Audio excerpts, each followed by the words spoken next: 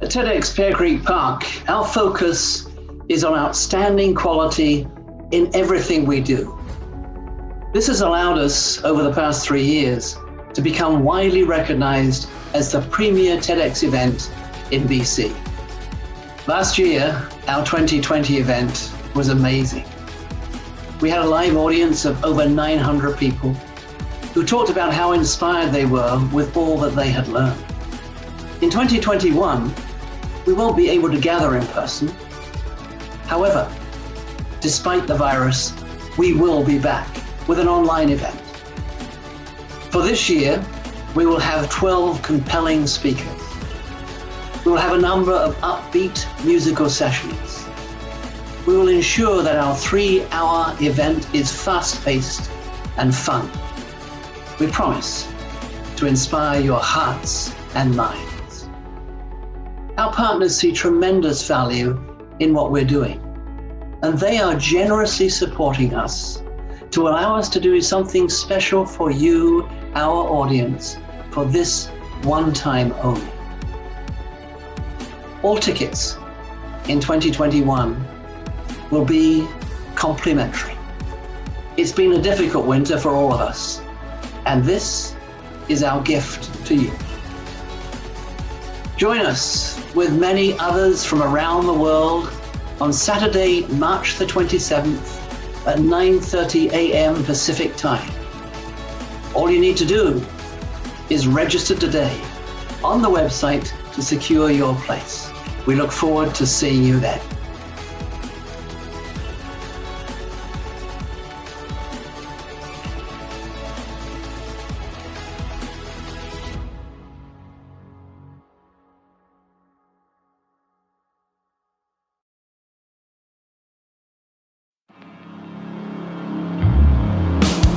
Welcome to the Quiet Warrior Show, where we help top leaders find their pathway to incredible success and a lifetime of happiness. Here is your host, Tom Dutta, the Quiet Warrior. All right, everybody, welcome to the Quiet Warrior Show. My name is Tom Dutta. I am the Quiet Warrior, and I'm excited to have on our show today a very special guest and a good friend. Before I do that, I want to just tell you that we're live streaming across Facebook, LinkedIn, and YouTube. And you're going to be seeing the taping of a podcast and the creation of a YouTube premiere video. And that will air next week on Tuesday and Thursday. More details about that soon. But ladies and gentlemen, the show today is all about my guest, Mr. Alan Warburton. Alan, welcome to the show. Thank you, Tom. Pleasure to be here. Hey, Alan, I'm excited. And listen, I'm going to cut right to the chase. I'm going to do things differently today. There's something big that's going to happen, I believe, on March the 27th. Can you tell us about that? Yes, I can, Tom. I'm very privileged to be the curator and the lead organizer for TEDxBearCreekPark, which is held in Surrey, British Columbia, Canada. And we are having a virtual TEDx event on March the 27th. Last year, we had a wonderful in-person event. We'd love to have done it again this year, but we aren't able to do that. And our sponsors, our partners, have been really generous to us this year. And they have allowed us to actually be able to put on this event so that we can offer people the opportunity to be involved with complimentary. The tickets are going to be free. It's been a rough winter for all of us, and this is our gift to you, our audience. So on March the 27th, from 9:30 a.m. to 12:30 a.m., approximately 3 hours, there will be a fast-paced, fun, enjoyable TEDx event that will be taking place, and it will be open and free to you. Wow. And well, everybody, listen, you got to go back and listen to that announcement. I'm vibrating in my chair. When was the last time you had a free gift, a gift to a TEDx? I don't think I've ever seen a free TEDx event in my lifetime. And ladies and gentlemen, many of you know that last year I stood on the stage and did a TED Talk, and it changed my life. To be in the room that day, Alan, and to experience the excitement I've seen a peek into the plans you have for March 27, and I'm just totally excited. Everybody, let's get the word out, and let's find our way to be there. Now, I want to tell you a little bit about this man. There's greatness behind Alan. Alan enjoyed 34 years in education, and he spent the last 20 years of his career as a school principal. And he is a distinguished Toastmaster. I happen to know Alan through my experience with my TED Talk and learning about how well spoken he is, and he taught me many things. Notably, he was qualified for the World Championships of Public Speaking on 2 occasions, in San Francisco in 2009 and Cincinnati in 2013. And he's deeply involved, as you know, the curator, the founder, the licensee. Now, to a lot of people watching this who don't know what a TEDx is or don't understand terms like curator, licensee, Alan, why don't you tell us a bit about that? Just tell us what TED is, how that originated, and what does it mean to be the curator and the licensee? Yeah, I think probably most people have heard of TED. The whole idea behind it, TED, is ideas worth spreading. So people who've got compelling ideas that they want to share with people, they have events to do this. So there is TED, and then there is TEDx.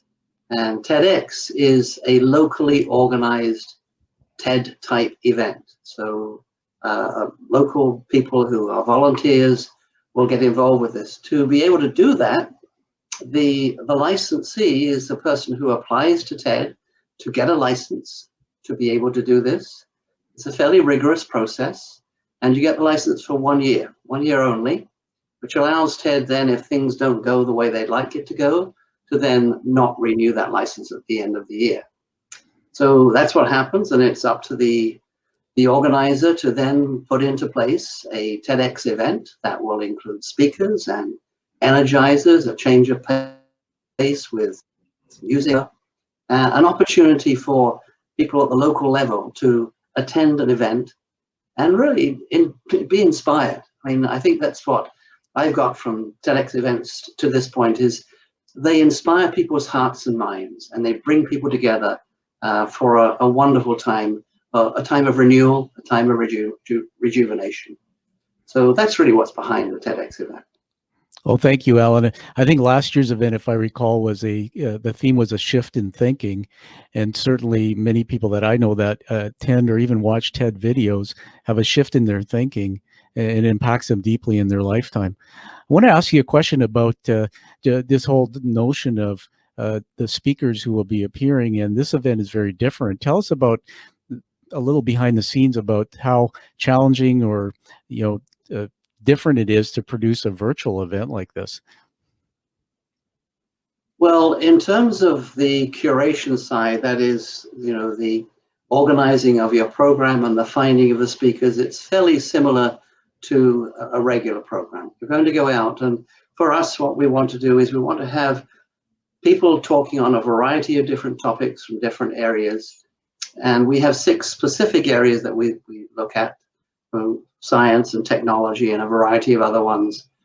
And we go out and we seek out those picks from people who will be able to speak or have ideas in those specific areas. So we secure our speakers through this process. But this time, of course, once we got to that point, the preparation for the next stage, the coaching time for the speakers, becomes quite different.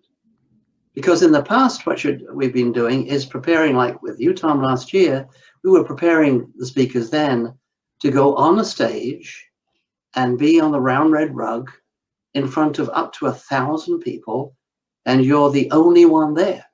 You've got all these people who are looking at you. You need to be really, really well prepared for that. Well, this year, we will be pre-recording our event, and when our speakers go on the stage, we will be on a stage. We want the speakers to have that authentic experience, and they go on the stage to present, and there won't be anybody there. They're presenting to an empty room, basically. However, the flip side of that is that we are going to really be marketing this far and wide, and because it's virtual, because it's on the internet, and because it's complimentary to everybody, we are anticipating thousands of people joining us on that day from many countries around the world. And in that case, when the speakers go on, although they look there, they know when they actually is being shown, there could be up to 10,000 people there, which is what we're aiming for. So it's a very different arrangement that way, a little bit of a different mentality as far as the speakers are concerned. Absolutely. Everybody, I think this is a teaching moment. If we draw the parallel to business, many business leaders struggle with their businesses and shifting to bring it to a Zoom or a virtual reality like what you're hearing Alan talk about. It takes a big visionary mind to think about what you just said, Alan. And I had written down the word limitless in terms of your imagination and what I learned about you. But I want to dig a little bit into your background.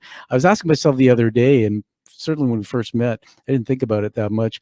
Here's a man, 34 years in education, a principal. Man, I remember being called to your office a couple of times when I was in school, and everybody has this warm and fuzzy feeling of maybe different about the principal in school. How, I know you're from England and you made the journey to Canada. You're been in education a long time and now you're retired, but tell us, where did this all start? I mean, how did you get to where you are and decide I'm going to do this? I'm going to do this TED, take TED to the large scale in a vision like this.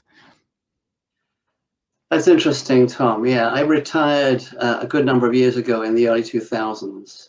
And when you've been as busy as I was as a school principal, like it's a very, very busy life, and suddenly you stop.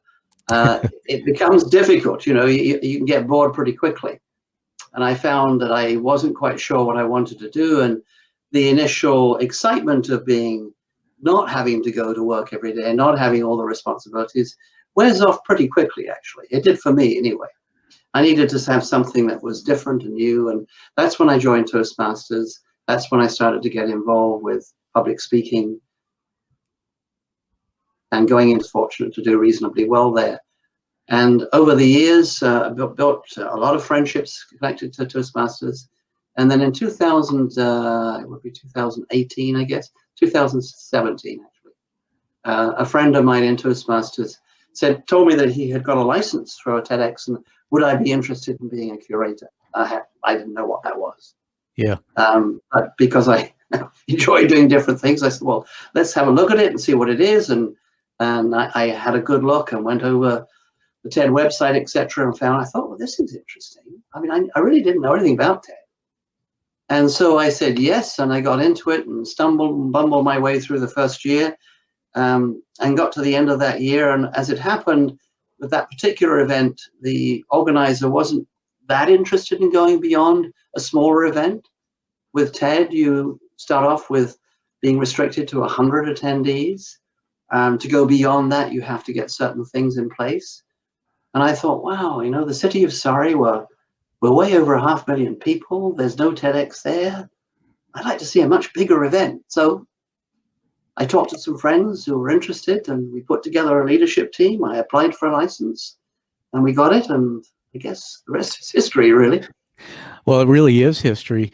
And tell me about the whole field of education. I mean, even before TED, you decided to move into education, and 34 years is a long time. What drove you to do that? Was there a moment in your life, or was there a backstory that had you discovered this is really my passion?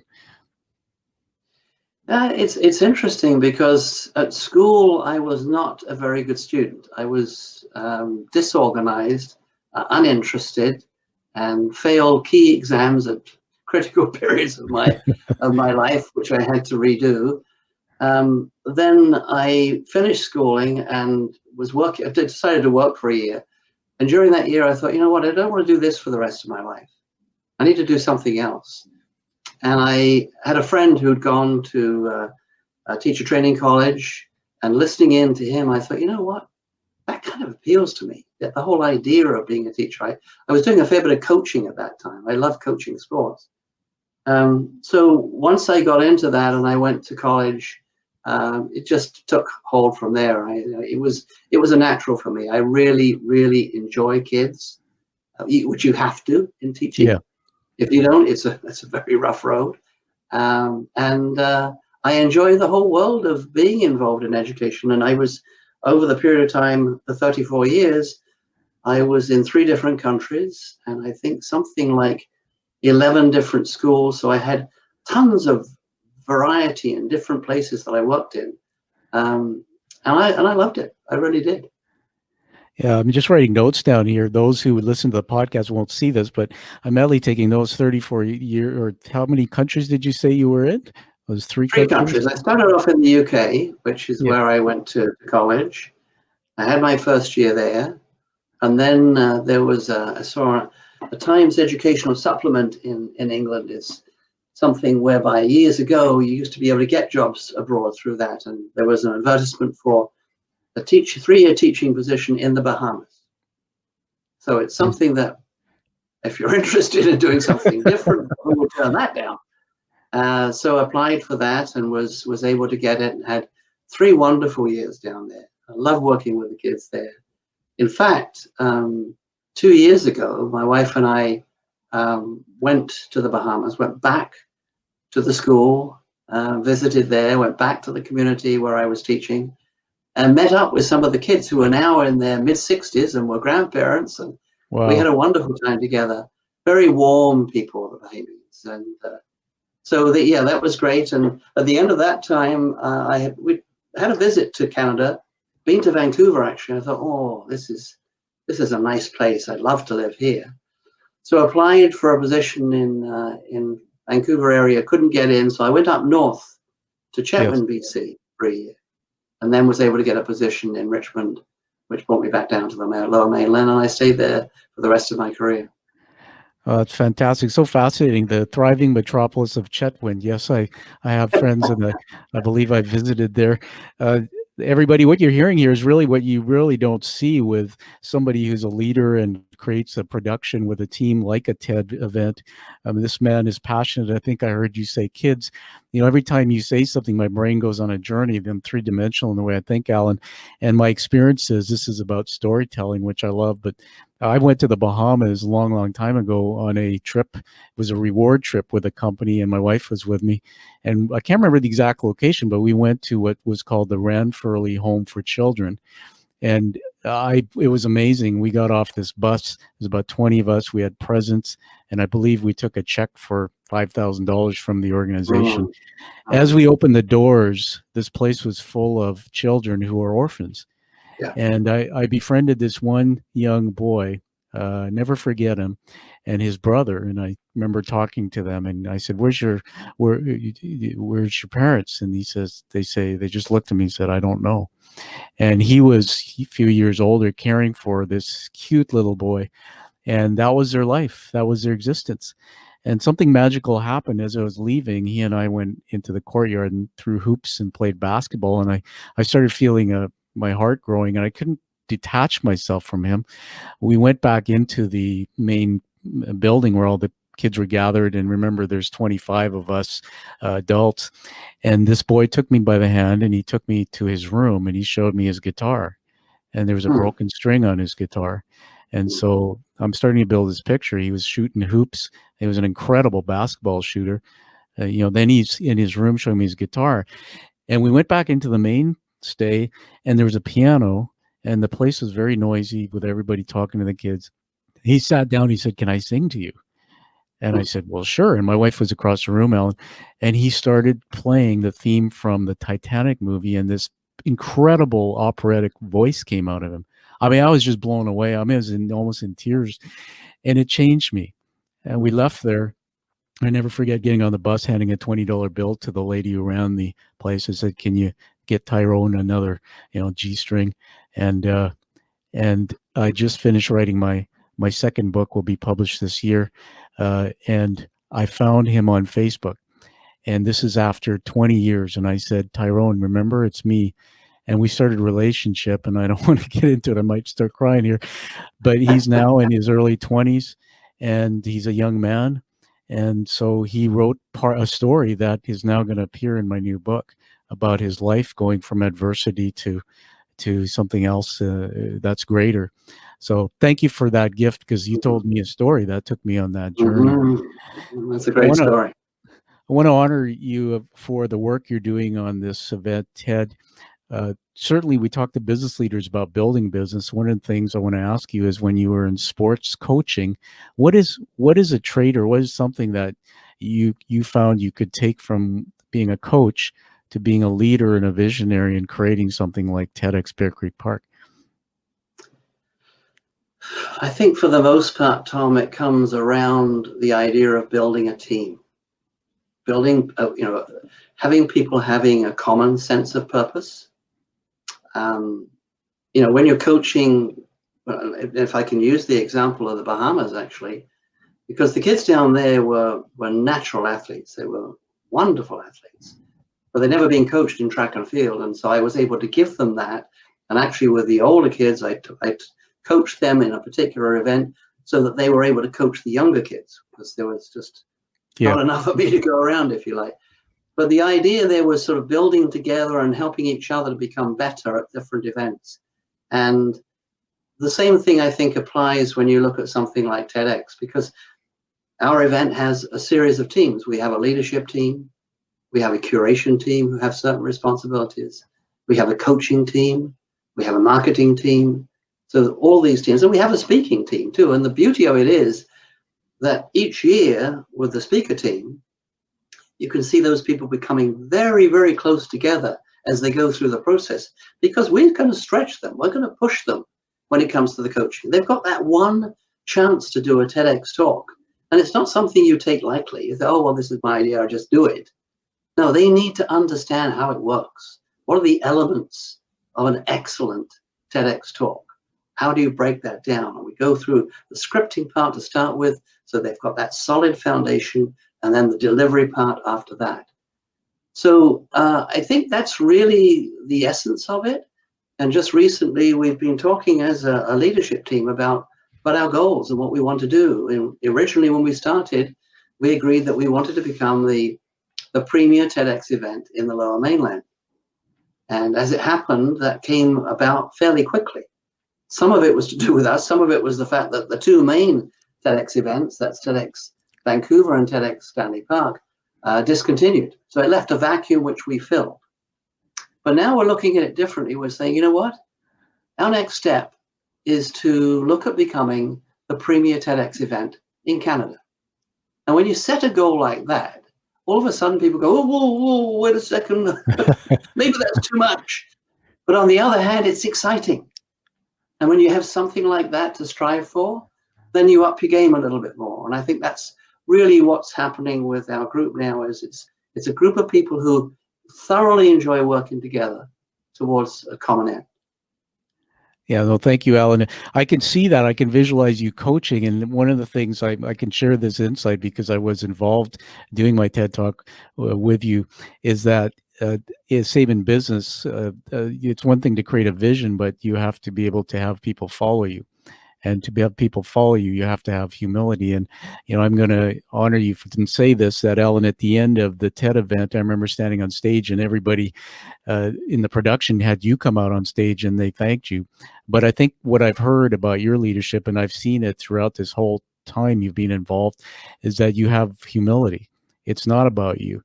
And in order to create a vision and have people follow, sometimes the vision is hard. Sometimes, like you said, people say, whoa, 10,000 people. You have passion for this work. And I can see now the thread that goes back to your love for helping others, teaching children.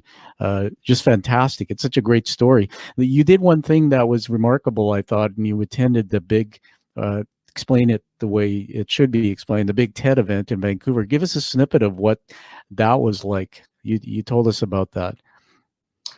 Yeah, it really wasn't necessarily my intention to attend a major TED event, because I have to drop a lot of money to do that.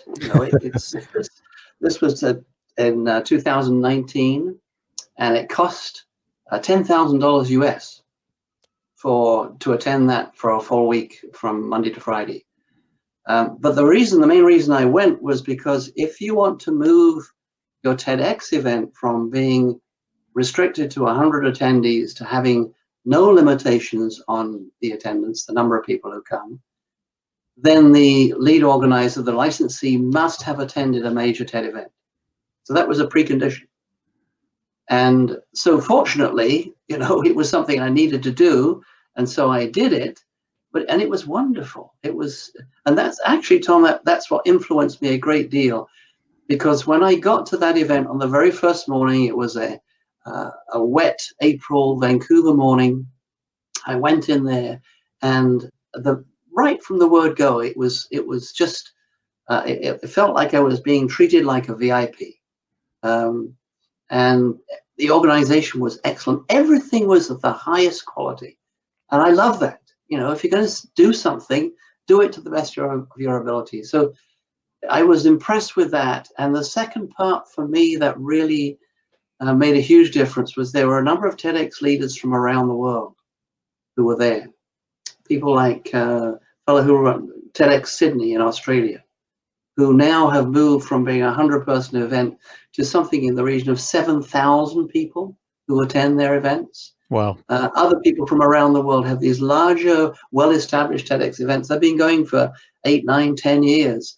And I sat down with them and just asked them tons of questions about how they managed to get to where they got to. And they just gave me all sorts of wonderful ideas, which I was able to come back and share with the leadership team. And that really has actually inspired us a lot over the last couple of years. So the TED event was significantly more valuable to me than I imagined it would be.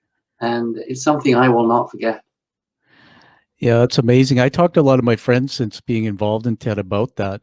And I don't think too many people know that they custom built that stage. And when I talk about TED, the originator or the CEO of TED and their group is in New York. And here we are in Vancouver. Everybody watching this is an international show. We have a world-class city here, and TED chose this city to do its annual event. And it is a signature event. And what inspired me about you, Alan, is Alan came away with an idea to create that same experience in TEDxBearCreekPark. Now, Alan, I'm just going to put this out there that it's the speakers and everything that went into this, but it was the vision, the idea of creating an experience. Everybody who came to that I talked to after said they will come back again because of the experience. So I want to honor you for doing that, Alan, because that truly is a visionary step.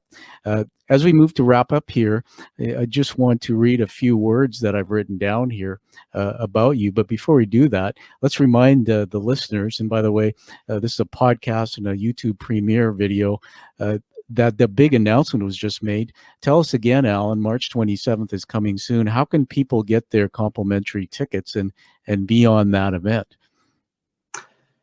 Go to our website, TEDxBearCreekPark.ca, and check in there. We're just actually in the final stages of launching a new website. So it may be a day or two before that is up, but once that is up, you will find a little teaser video in there, and that's where you can just register for your complimentary ticket. And we'd love to see you on the live stream on Saturday, March the 27th, 9:30 a.m. Pacific time. That's awesome. I'm excited. Everybody hold the date, March 27th. Get your hot chocolate or your coffee. Doesn't matter if you're in your pajamas or not. Join that event. And take this video, by the way. Find the interview on your podcast station and give it a like and honor the work that Alan and the team is doing, and share it across your social media platform. On YouTube, find this video and give it a subscribe to my channel. That's Tom Dutta. And then share it so it goes viral across your networks. The power of these moments will allow us to have as many people in the thousands see that. And for those who don't understand the power of a TED Talk, I can tell you, having done one, that there are many of us in the world who come through moments of adversity, who come up with a single thought. We want to inspire the world. And I'm an author, and those know that in the work I do, I've been told as a thought leader, there's 3 things today that a thought leader needs to do. One is to have a book and be an authority on something. 2 is to be a speaker, so you have a voice. And 3 is to have a platform. So all of those who are watching this, I encourage you to find that one nugget inside and come and see this incredible event. And then maybe, just maybe next year, step into your greatness and reach out to the organizers and be on that stage.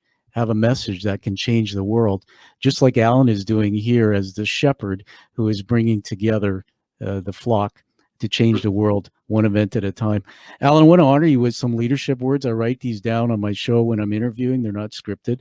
The first one is visionary. Sir, you're a visionary. You see the future, and you've created this when others couldn't see it. Number two, you're a shepherd. And I like to think about that British stuff we're talking about. A little guy with a dog, maybe leading the flock, but you're bringing sheep from around the world to this flock so they can put their message out. Number three is limitless. When we've done work together and I've seen you talk about creating this, there's no limits in what you want to do here. And passion. And number four is storyteller. I think we're wired for narratives, and you tell a good story. And the last one is humility, and that's already self-explained. As we finish here, I want to give you an award, Alan, and this is something that I know is maybe we didn't prepare you for. Those who come on my show who share their authentic story and live life with a purpose to change the world become a quiet warrior. You can see on the back of my screensaver, I'm just going to shift to me for a moment there. You can see that there is an image of it's called the challenge coin. There's a guy there, looks a little bit like somebody I know. Challenge coins originated in World War I. They were carried in the pockets of soldiers to commit to each other for purpose and community. And if you didn't have yours, maybe you bought dinner or a drink. And today they're used around the world to create community. When I started the show, Alan, I wanted to find those people around the world who are using their purpose and passion to make a difference. And by carrying this coin in your pocket, you commit, sir, to always living with passion, taking action to create the life you desire with that purpose. And this is your moment. Welcome to the Quiet Warrior Tribe.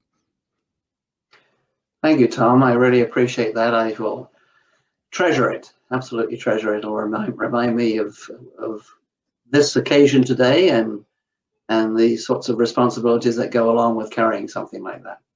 Thank you. All right. Well, I can't wait to get a photo up and give it to you. It comes in a cherry box. The back of the coin has the narrative of the hero's journey, which is really what you've been through to come to where you are with this purpose. Everybody, I just want to remind you to go to TEDxBearCreekPark.ca. Should be live soon, and register for the event March 27th. And find this podcast, give it a high rating, find the YouTube premiere, share it widely. And Alan, thank you, sir, for being on the show. I'm very excited about what's ahead. Thank you, Tom. It's been a pleasure. Thank you. Thank you for listening to The Quiet Warrior Show. Create is a motive-based leadership development firm. www.kreat.ca.